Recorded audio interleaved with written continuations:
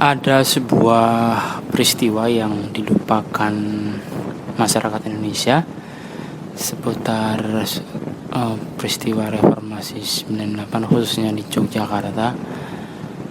Masyarakat lebih tahu atau lebih mengenang tentang tragedi 8 Mei 1998 atau yang disebut dengan peristiwa Kejayaan tanggal 8 Mei di hari Jumat, khususnya Jumat malam Sabtu. Peristiwa demo yang digelar hari Jumat tanggal 8 Mei yang melibatkan sejumlah mahasiswa dari berbagai universitas besar seperti UGM, Sanata Dharma, UNY dan lain-lain. Peristiwa tanggal 8 Mei itu mengakibatkan terpukulnya seorang mahasiswa bernama Moses Kalot Kaca, yang kemudian ini menjadi momentum yang sangat besar dan menjadi sejarah tersendiri bagi kota Jogja. Peristiwa kejayaan itu yang tanggal 8 Mei yang berujung bentrokan antara mahasiswa dengan aparat itu menimbulkan berbagai kerusakan sepanjang jalan Kejayaan, termasuk di Jalan Solo.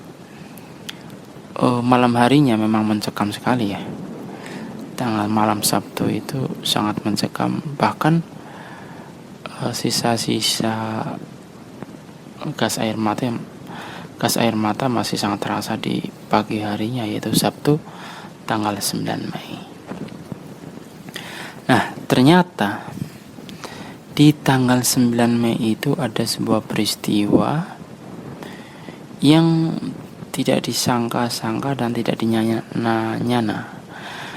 Karena seakan-akan tanggal 9 Mei itu sudah tidak ada puncak acara apapun, karena puncak kejadiannya yang berakibat wafatnya satu mahasiswa yang bernama Moses Kaca itu seakan-akan tanggal 8 Mei menjadi puncak aksi besar-besaran mahasiswa ya, tanggal 8 Mei. Padahal 9 Mei itu terjadi sebuah peristiwa yang tidak disangka-sangka. Pertama, ada aksi yang digelar pada tanggal 9 Mei pukul 10 di Instiper. Sejumlah mahasiswa mengadakan demonstrasi. Seluruh massa tertumpah mulai di depan jalan di depan Instiper itu ya, Papringan ya, atau di Jalan Petong tepatnya, sampai ke selatan, sampai ke Jalan Solo atau di Adu Sucipto tepatnya sampai utara IAIN atau di depan Gelail atau di depan KFC Adi Sucipto. Kemudian masa ini hanya berorasi atau berunjuk rasa dan kemudian membubarkan diri. Tapi anehnya setengah 12 siang ada massa lain yang pulang dari tempat lain. Jadi masa ini bukan masa istighfar, tapi masa mahasiswa atau masa pendemo yang mereka berdemo di tempat lain kemudian pulang, dan mereka mampir ke Instiper. Beberapa di antara mereka adalah anak-anak KPRP ya. Tentu anak-anak Jogja paham ini KPRP itu anak-anak siapa, dan mereka ini adalah mahasiswa yang salah satunya adalah menuntut tentang, salah satunya yang mereka orasikan adalah penuntutan hak tentang melepasnya tim-tim dari Indonesia. Nah, intinya adalah mahasiswa asli dari Instiper ini sudah membubarkan diri, tapi kemudian muncul massa tumpahan dari tempat lain. Pertama, mereka itu berada di depan Instiper atau di Jalan Petong, kemudian mereka terpecah lagi di Jalan Timoho atau di Jalan IAIN itu. Karena di jalan protokol, di Jalan Solo atau di Jalan Adi Sucipto itu, khususnya di depan AMTA ya, di depan BHS itu sudah berjaga garnisun dari Jakarta. Mereka itu yang berjaga sejak mulai tanggal beberapa di awal-awal bulan Mei. Mereka sudah berjaga, mereka ditugaskan. Jadi yang mengamankan itu bukan hanya dari instansi militer atau dari kepolisian Jogja, tapi dari kiriman dari Jakarta, dari garnisun Jakarta. Karena mereka yang sudah terlatih mengatasi garangnya dan sadisnya demonstrasi di Jakarta. Kemudian kita kembali ke masa di tanggal 9 Mei ini ya. Masa yang menumpang di aksi di Instiper. Kalau menurut saya itu ya, masing-masing melakukan perusakan di sekitar Jalan Solo, terutama di pojokan YN itu. Ya, kemudian pukul 1 siang itu, ini kan tadi mulai setengah 12 sampai akhirnya pukul 1, masa semakin brutal. Artinya masa pendemo semakin ganas dan semakin garang dan merusak berbagai fasilitas seperti pagar YN Sunan Kalijaga ya, kemudian besi tempat pengumuman, pemasangan baliho dan sebagainya. Bahkan tidak hanya itu, sebuah kaca mobil milik aparat pun pecah akibat lemparan dari atas gedung. Ini terjadi di depan Instiper. Jadi aparat kepolisian yang berusaha untuk menjaga aksi malah mendapatkan akibat fatal, yaitu kaca milik aparat pecah. Pukul 2 di tanggal 9 Mei aksi belum selesai. Tapi ini aparat berjaga ya, aparat garnisun itu berjaga di depan AMTA di Jalan Solo, itu di sebelah barat ya, di depan AMTA, Akademi Pariwisata. Kemudian itu di sebelah barat, yang di sebelah timur ada di atas, di timur Jembatan Gajah Wong. Jadi di sekitar selatan Museum Pelukis Avandi. Di situ. Jadi mahasiswa ini sebetulnya sedang dijaga supaya aksi ini tidak menular, atau kerusakan atau penjarahan tidak menular ke Jalan Solo. Jadi supaya bagaimana aksi yang ada di Instiper dan di pertigaan Timoho IAIN ini tidak merambat ke daerah objek vital ya, seperti pertokoan di Jalan Solo, Urip Sumoharjo itu ya, batas kota ke barat, atau dari Sungai Gajah Wong ke timur itu. Jadi supaya tidak sampai merambat kemana-mana, akhirnya para petugas garnisun kepolisian mencoba untuk menyelesaikan masalah ini hanya di pertigaan Timoho. Jadi dari arah timur sudah berjajar polisi penuh garnisun di atas jembatan Gajah Wong, sedangkan yang dari arah barat sudah berjajar juga di depan AMTA ya, atau di depan gedung ex BHS Bank, atau di depan Balai Pertemuan Mandala Bakti Wanita Tama. Di situ sudah berjajar pasukan garnisun rapat berjajar bakar betis, tidak bisa ditembus, supaya ini penyelesaian masa-masa ini hanya di sekitar sini. Kemudian apa yang dilakukan oleh massa dari mulai jam 1 itu adalah melempari para polisi yang ada di depan AMTA itu, atau di depan tepatnya ya di utara YN di Jalan Solo itu di situ. Karena truk garnisun itu memang parkir di situ dan mereka pun membuat base camp di situ, melakukan skema-skema tertentu juga di depan AMTA atau di ruangan terbuka. Di situ ada ruangan kosong, di situ halaman yang rindang di situ. Disitulah para polisi melakukan skema, kemudian penangkapan. Jadi setiap kali ada yang tertangkap dibawa ke situ terus ya, sampai akhirnya truk datang membawa. Jadi kan tidak mungkin untuk membawa satu persatu begitu ditangkap dibawa ke Polda, karena Polda letaknya jauh di Haring Rut Utara di sana, di Condong Catur.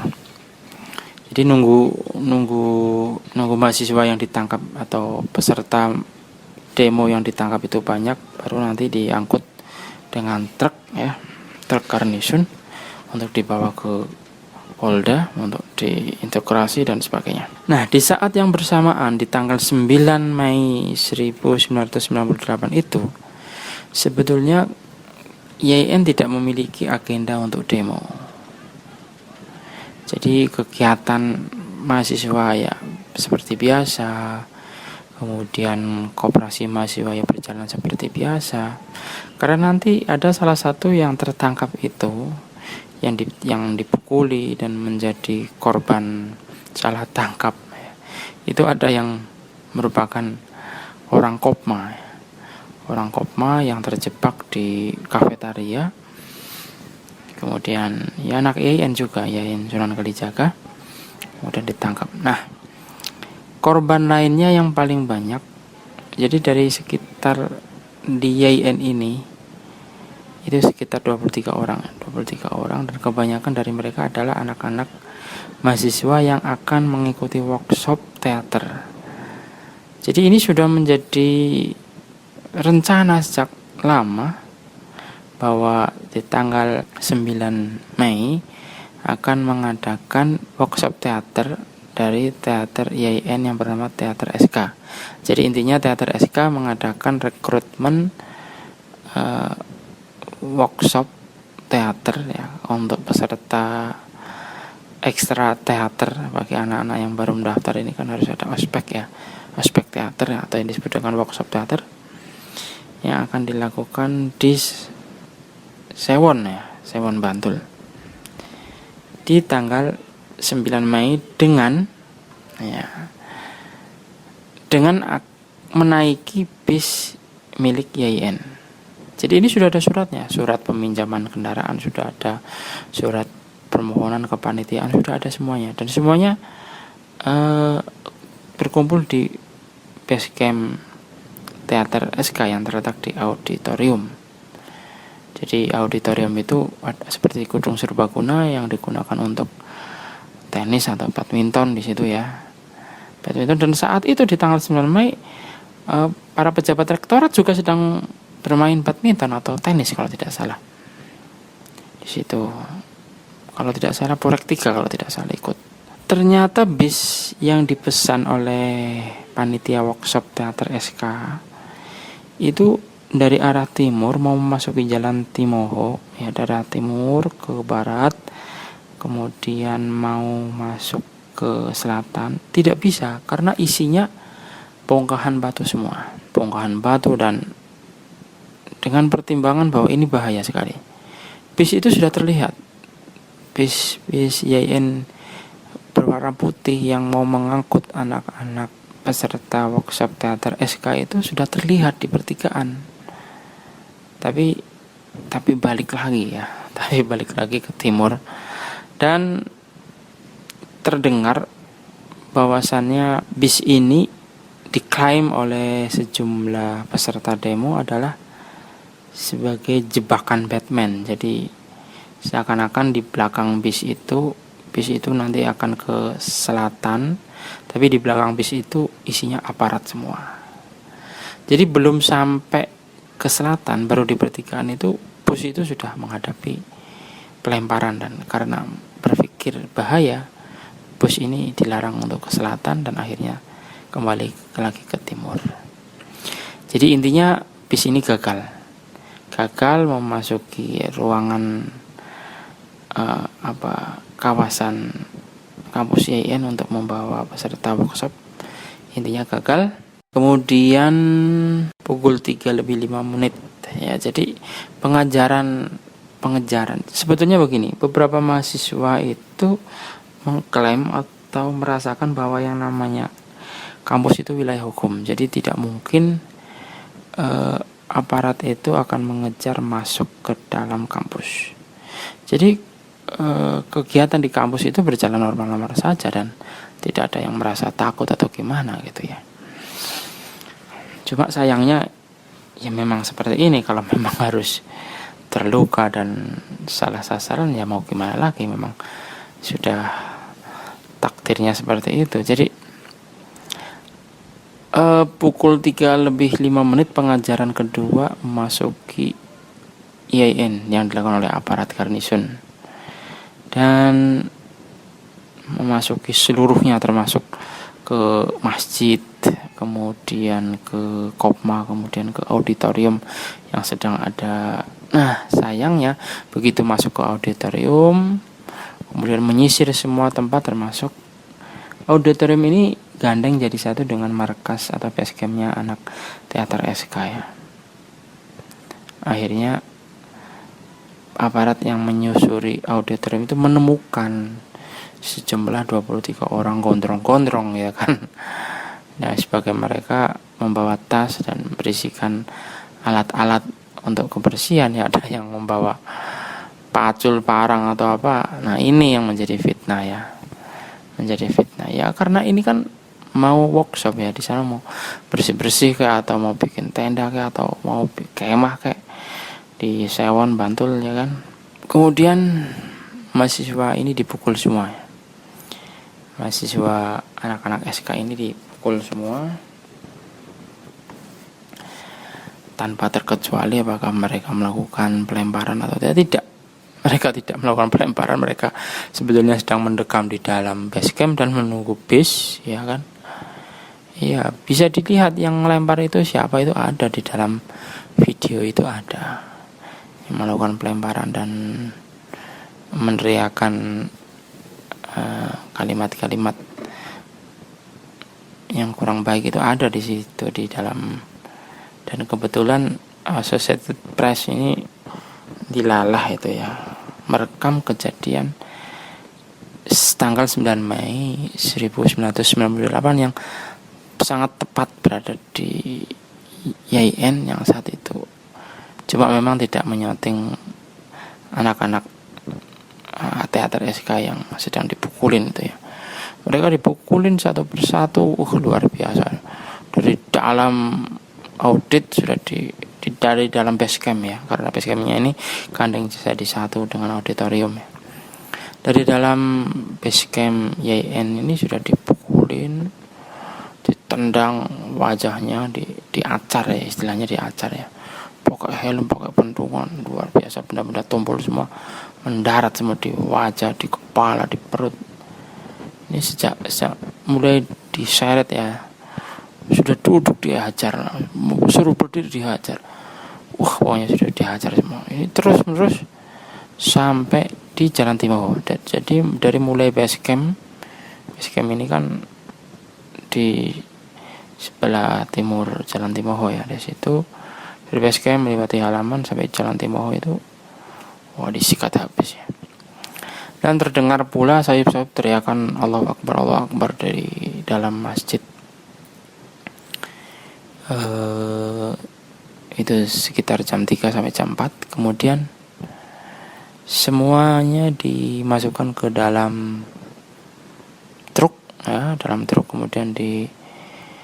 kemudian truk itu berada di Jalan Timoho. Kemudian secara perlahan truk itu berangkat menuju ke arah utara, tepatnya berhenti lagi truk itu ya, setelah dari Jalan Timoho, dari IAIN itu truk itu berhenti di depan AMTA atau di depan BHS di situ ya, di depan Wanita Tama. Untuk apa? Untuk ngambilin mahasiswa-mahasiswa yang sudah tertangkap atau peserta masa-masa atau peserta demo yang sudah berhasil ditangkap, ikut itu istilahnya ngelangsir ya, ditangkap kemudian dimasukkan ke dalam truk lagi. Jadi ditambah, sudah penuh, kita tambah lagi, dan semuanya harus diharap ya, di dalam truk itu harus diharap ya, nggak boleh bergerak sedikit langsung pentungan melayang ya.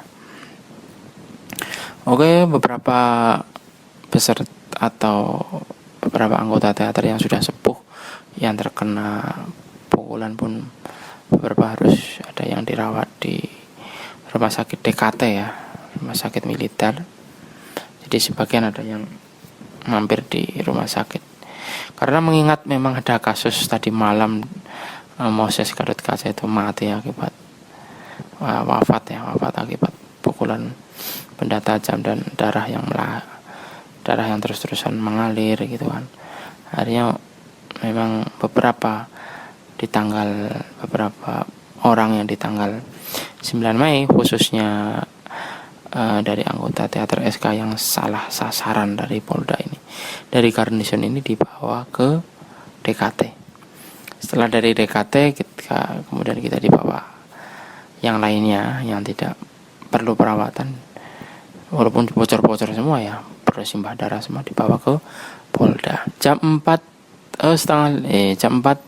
kita turun disuruh merangkak, turun dari truk ya. Kita suruh jongkok, tangan di kepala, seperti biasa lah. Prosedurnya seperti itu ya, aturannya seperti itu. Kita berjalan sambil jongkok, bawa ke Polda dengan baju, dengan tidak harus dilepas bajunya. Kita semua muka bersimbah darah semua ya. Sampai ke Polda jam 4, kemudian kita 4:30 dimasukkan ke sel. 9 malam kita diberi makan. Dan malam diberi makannya nasi bungkus dan kerupuk ya, nasi putih tidak ada sayur, tidak ada lauk, nasi putih, kemudian dikasih kerupuk 1, nasi 1, kerupuk 1. Iyalah ya, prosedur orang dimasukkan ke sel atau ke penjara kan seperti itu, supaya tidak punya kekuatan kan. 4:30 dimasukkan sel, jam 9 malam diberi makan nasi putih dan kerupuk. Kemudian jam 10 mulai dipanggil satu persatu untuk diintegrasi, ditanyain, difoto, cap seluruh jari, diteruskan sampai paginya. Kemudian jam 10 pagi di tanggal 10 Mei kita dapat makan lagi. Oke, kemudian terjadi negosiasi antara pihak kampus. Kemudian di tanggal pukul 3 tanggal 10 Mei kita dilepaskan. Oke.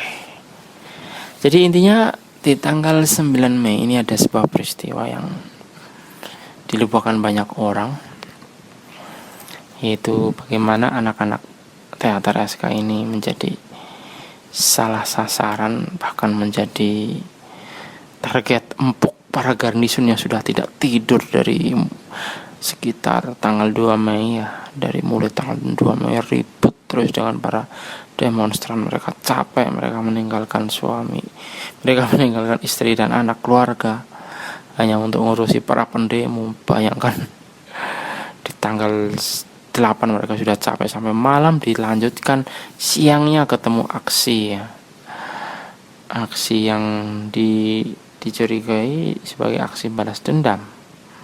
Artinya tanggal 9 Mei hari Sabtu itu polisi mengerahkan benar-benar menjaga betul supaya tidak ada aksi balas dendam akibat tewasnya seorang mahasiswa yang bernama Moses Gatot-Kaca di tanggal 8 Mei kemarin ya. Jadi akibatnya ini beberapa menjadi salah sasaran. Ini menjadi peristiwa kelabu tersendiri bagi YIN Sunan Kalijaga, di mana sekitar 23 orang yang dimasukkan ini sebagian besar adalah para peserta yang akan workshop, dan ini bisa ditanyakan sendiri kepada supir bis YIN saat itu ya, bis kampus yang sudah di pertigaan Timoho mau masuk ke selatan sudah tidak bisa karena ada massa di jalan Timoho, di jalan depan, di tengah-tengah kampus YIN.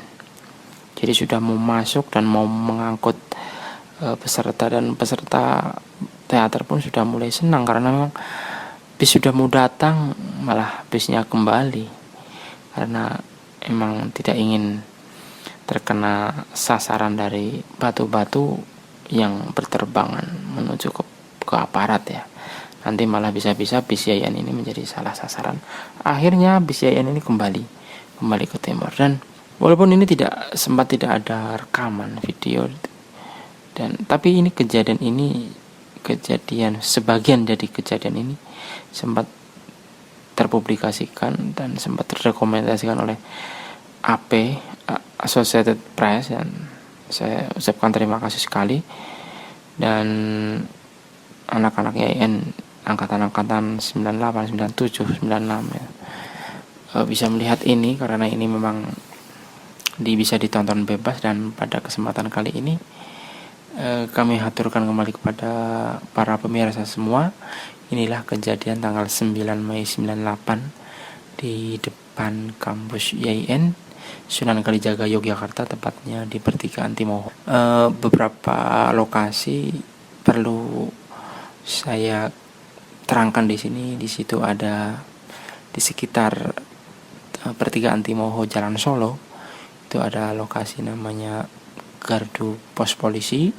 Kemudian di timurnya ada ex gedung Swalayan Gelael, atau yang kemudian di sebelah atas gedung Gelael ini ada restoran cepat saji KFC. Kemudian di sebelah barat ex gedung Gelael ini ada AMTA, Akademi Pariwisata ya kalau tidak salah. Kemudian di situ di lokasi yang sama juga mungkin ada BAS Bank.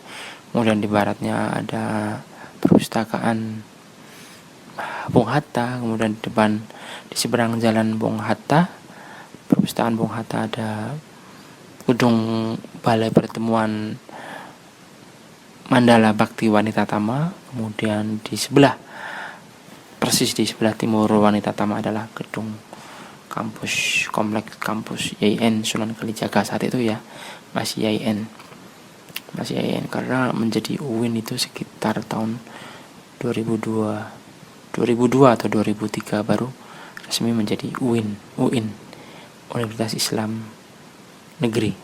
Dulu masih Institut Agama Islam Negeri atau IAIN Sunan Kalijaga. Terima kasih sudah menonton. Mungkin bagi adik-adik UIN yang belum tahu tentang sejarah ini, mungkin dengan adanya video ini menjadi lebih paham lagi tentang ada peristiwa setelah 8 Mei, yaitu peristiwa berdarah 9 Mei salah tangkap para peserta workshop yang akan mengikuti workshop teater ke Bantul ya, ke Sewan. Terima kasih. Assalamualaikum warahmatullahi wabarakatuh.